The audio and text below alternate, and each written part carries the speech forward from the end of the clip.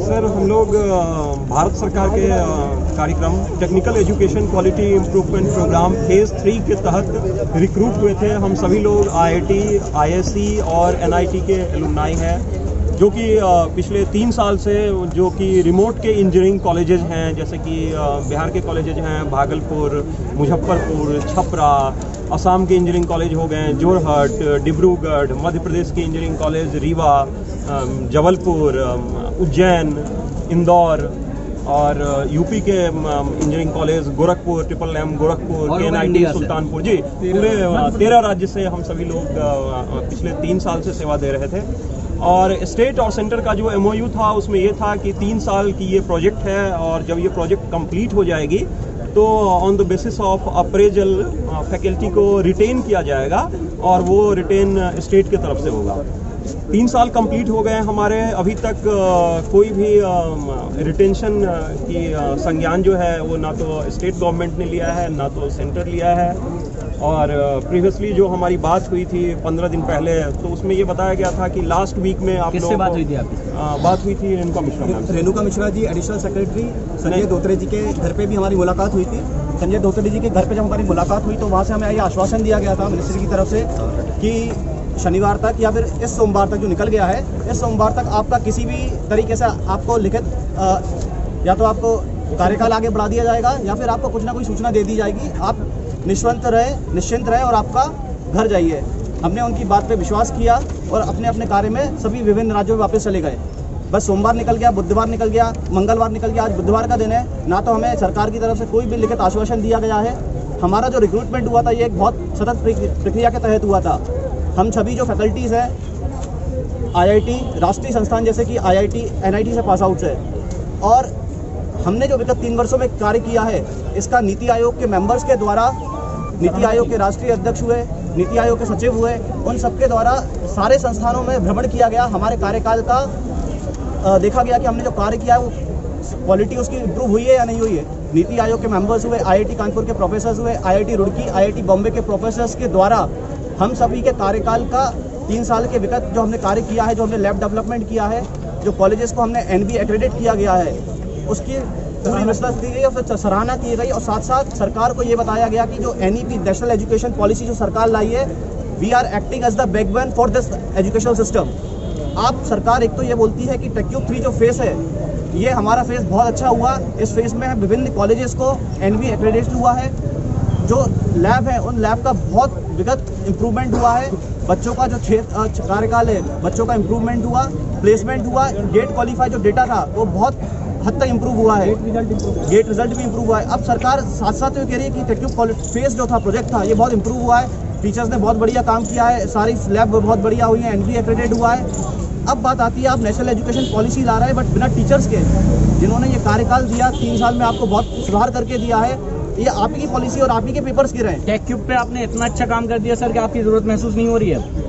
ये केंद्र सरकार को एहसास नहीं हो रहा, या एहसास होते हुए भी मुंह पे शायद मास्क जैसे हम पहन रहे हैं आजकल, वैसा ही शायद उन लोगों ने भी कोई मास्क पहन रखा है जिसके कारण उनको हमारी महसूस जरूरत नहीं हो पा रही है। ये है कि सभी कॉलेज जो है, जितने भी टेक्यूब के कॉलेजेस हैं पूरे 12 राज्यों में, उसमें 31 मार्च के बाद फिर शिक्षक बचेंगे नहीं। तो आप समझ सकते हैं कि वहाँ पे स्टूडेंट फैकल्टी रेशियो का क्या होगा और कैसे वो कॉलेज चलेंगे।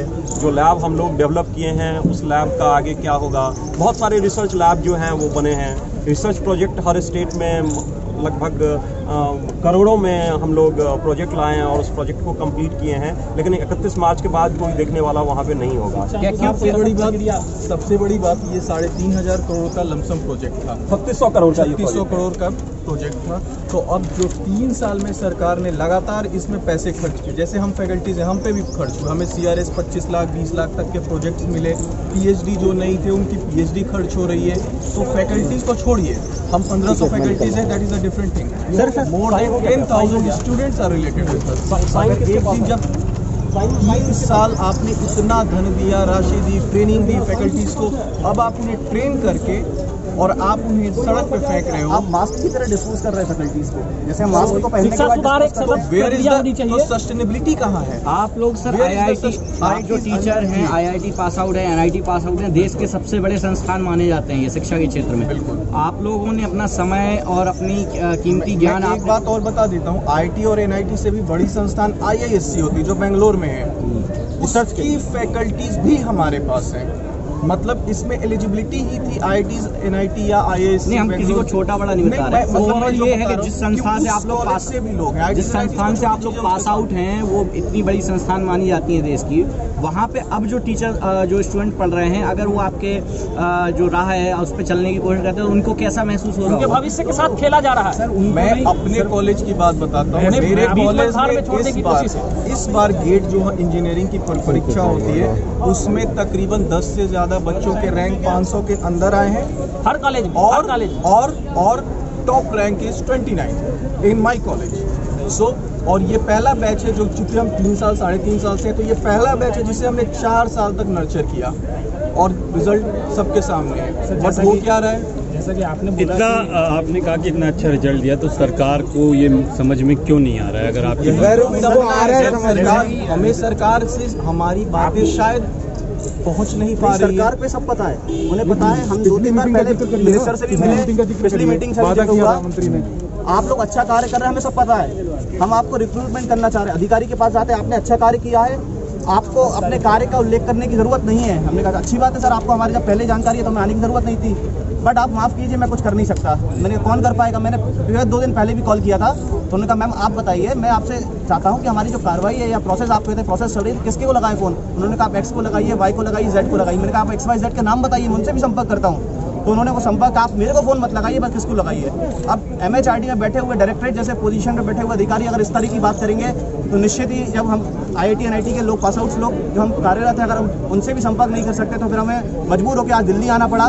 दिल्ली में भी हम लोग शास्त्री भवन के सामने बैठे हुए थे कि भाई, और शांत तरीके से शांतिपूर्ण हमारा मार्च था, व्यवस्थित था। वहाँ से भी पुलिस ने हमसे रिक्वेस्ट किया कि सर ये शांति मार्च प्रोटेस्ट का एरिया नहीं है, आपसे हम रिक्वेस्ट करते हैं कि आप लोग जंतर मंतर पे चले जाइए, हम आपकी बात रख देते हैं। हमने उनकी बात को भी एक बार में स्वीकार किया, नहीं सर हम आपकी बात को मानते हैं, हम कोई भी पब्लिक व्यवधान नहीं करना चाह रहे। हम शिक्षक लोग हैं, हम शिक्षा की गुणवत्ता भी जानते हैं, हम जानते हैं इसका महत्व क्या है, और हम किसी भी तरह का पब्लिक डिसोबीडियंस नहीं करेंगे। हमारा जो पूरा प्रोटेस्ट होगा that will be completely silent protest.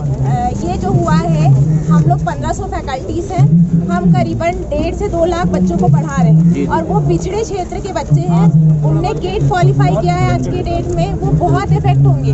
वो आईआईटीएन एनआईटीएन से पढ़ रहे हैं, वो हमें एज अ रोल मॉडल देखते हैं कि हाँ हम ऐसे फैकल्टी से पढ़ रहे हैं, क्योंकि वो आईआईटी एनआईटी नहीं जा पाए, लेकिन उनको ये बहुत भरोसा होता है कि हाँ हम हमें कोई आईआईटी एनआईटी की फैकल्टी हमें यहाँ पे आके पढ़ा रही है। तो अब वो बिल्कुल 31 मार्च के बाद अब वो नहीं होगा कि वो फैकल्टीज नहीं रहेंगी। 1.5 से 2 लाख बच्चे इफेक्ट होंगे, वो भी पिछड़े राज्यों के।